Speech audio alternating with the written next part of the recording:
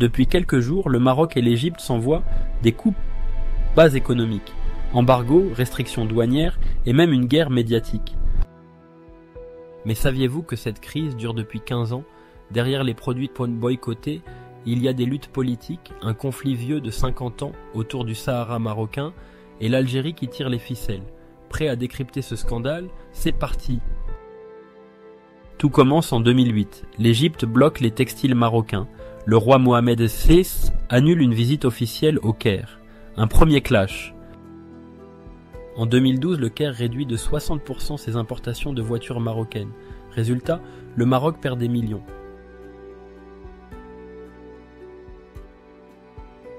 Mais le pire, c'est en 2023. Le déficit commercial du Maroc avec l'Égypte atteint 767 millions de dollars. Comment? L'Égypte inonde le Maroc de produits low cost, souvent chinois, tandis que Rabat se fait bloquer ses exportations. Un jeu à sens unique. Alors que le Maroc durcit sa position en interdisant les produits égyptiens, l'Égypte a répliqué en ciblant un secteur clé de l'économie marocaine, l'industrie automobile. Ces derniers jours, les autorités égyptiennes ont bloqué l'entrée de véhicules marocains sur leur territoire, invoquant des problèmes techniques liés aux normes de conformité.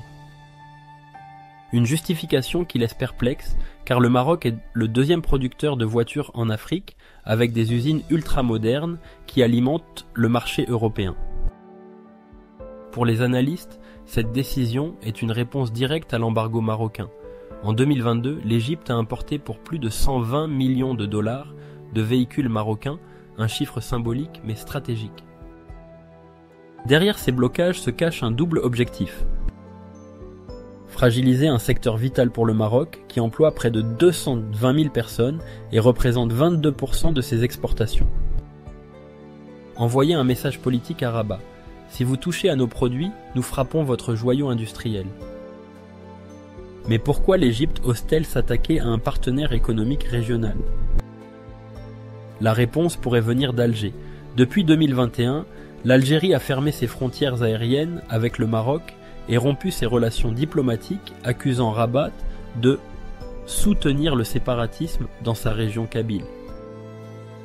Aujourd'hui, Alger pourrait encourager secrètement l'Égypte à durcir sa position contre le Maroc en échange de coopération énergétique ou de soutien militaire. En effet, l'Égypte, confrontée à une pénurie de devises étrangères, a signé en 2023 un accord avec l'Algérie pour importer du gaz naturel liquéfié à prix préférentiel.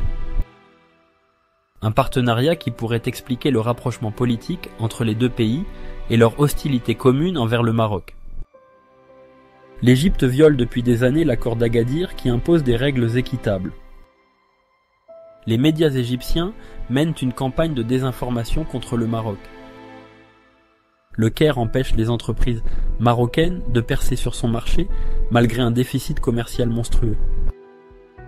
Les restrictions égyptiennes sur les voitures marocaines ne sont qu'un épisode de cette guerre économique.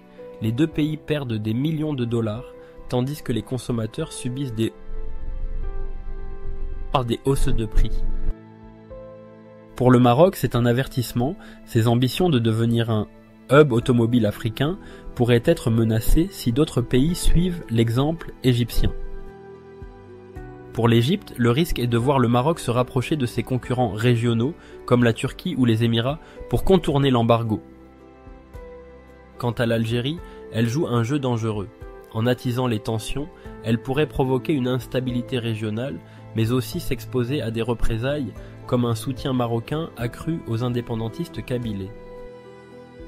Cette crise, c'est l'histoire d'un Maroc qui refuse de se faire piétiner par des partenaires déloyaux. L'économie n'est qu'un prétexte, le vrai combat, c'est la souveraineté et le respect. Et vous, pensez-vous que le Maroc a raison de se défendre? L'Algérie est-elle le vrai problème?